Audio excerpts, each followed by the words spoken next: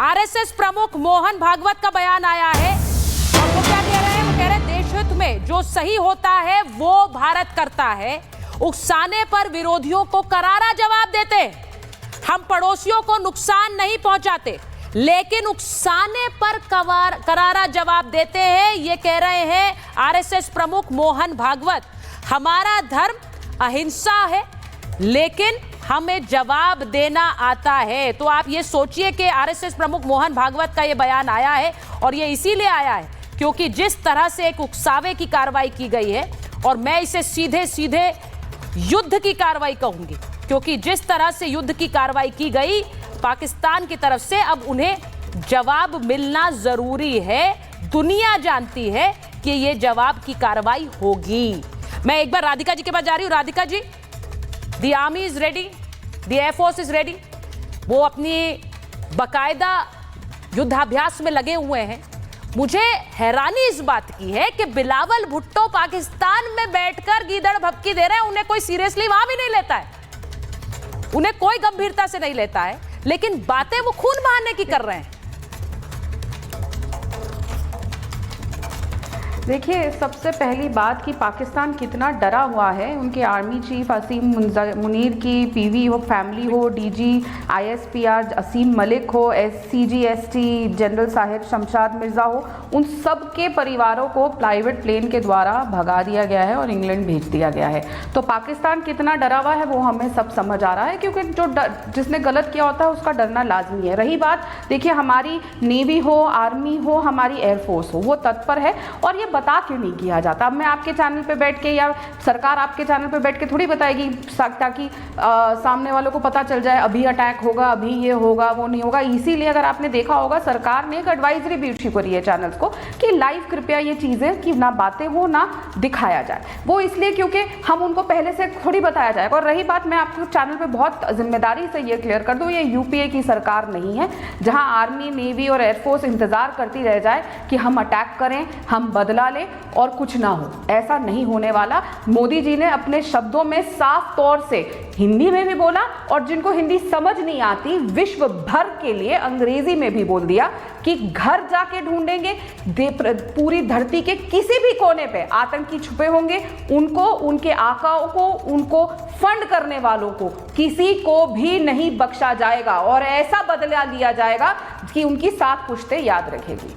ये बहुत मैं कैटेगोरिकली कर दूं, और हम ये पहले भी करके आ चुके हैं जब हमने सर्जिकल स्ट्राइक्स करी। लेकिन बहुत अहम बात जो इसमें आती है कि हमारे जो विपक्ष के लोग हैं इस समय वो क्या कर रहे हैं। इस समय अगर आप कहते हैं मीटिंग से आके निकल के कि हम सरकार के साथ खड़े हैं, राधिका जी, मैं कहना चाहती हूँ इस वक्त द कंट्री स्टैंड्स यूनाइटेड। मैं ये इसलिए कहना चाह रही हूं क्योंकि देश में देशवासियों के लिए Radhika ji, the world is standing with India, ma'am. बहुत बड़ी बात, सही बात है, बिल्कुल सही बात है। आई सेकंड दिस, बिल्कुल सही बात कह रही हैं, बिल्कुल सही बात कह रही है। The world is standing together. प्रधानमंत्री जी पे सवाल दाग रही है। Yes, the world is standing together.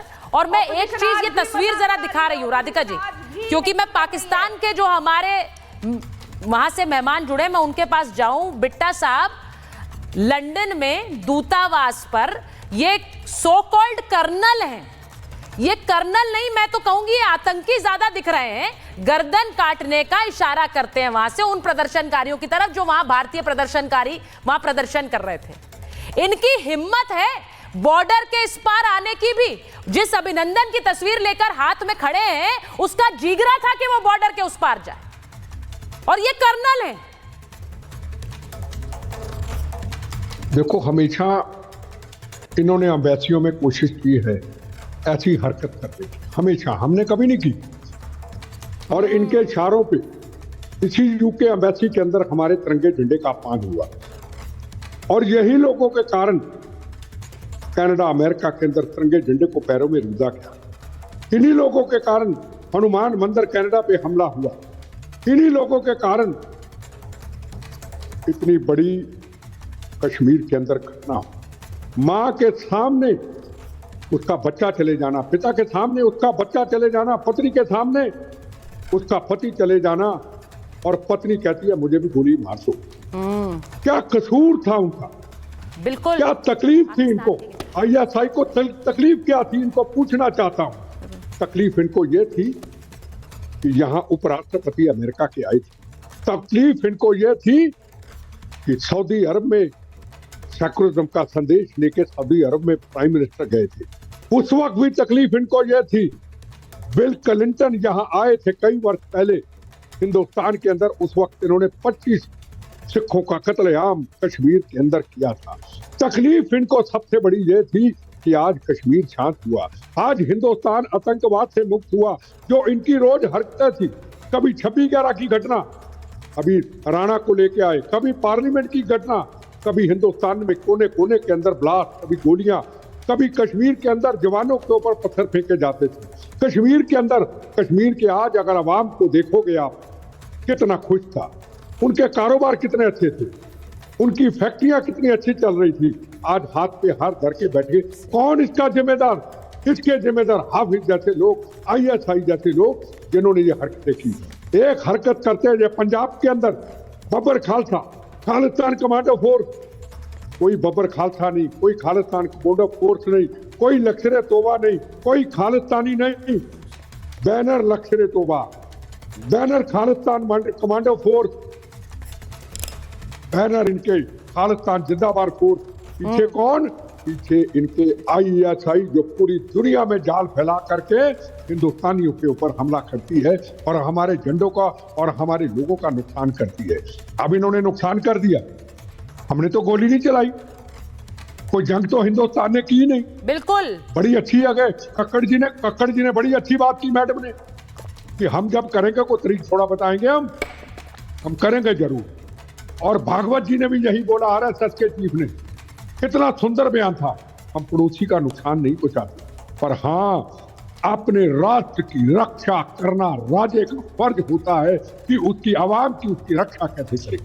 मैं आपको कल की बात बताता हूँ। कल मैं राजस्थान में था, हजारों स्टूडेंट थे किसी यूनिवर्सिटी के अंदर। कल पहली बार शपथ दिलाई। वक्त आ चुका है, ये रोज रोज की मौत के कफन बांधने से एक बार हम सही मौत बात का है, बिल्कुल कफन सही बांधें। बात है। और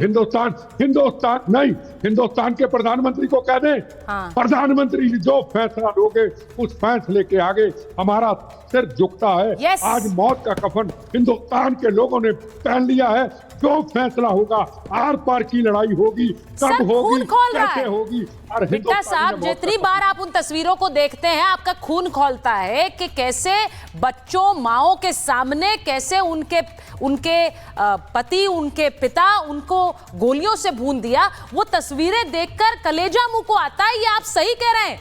इसीलिए हम कहते हैं कि जो फैसला होगा और उसका इंतजार सिर्फ हमें नहीं है, मां पाकिस्तान में है। मैं एक बार GD बख्शी सर के पास जा रही हूं। एक बार लीजिए सर को प्लीज।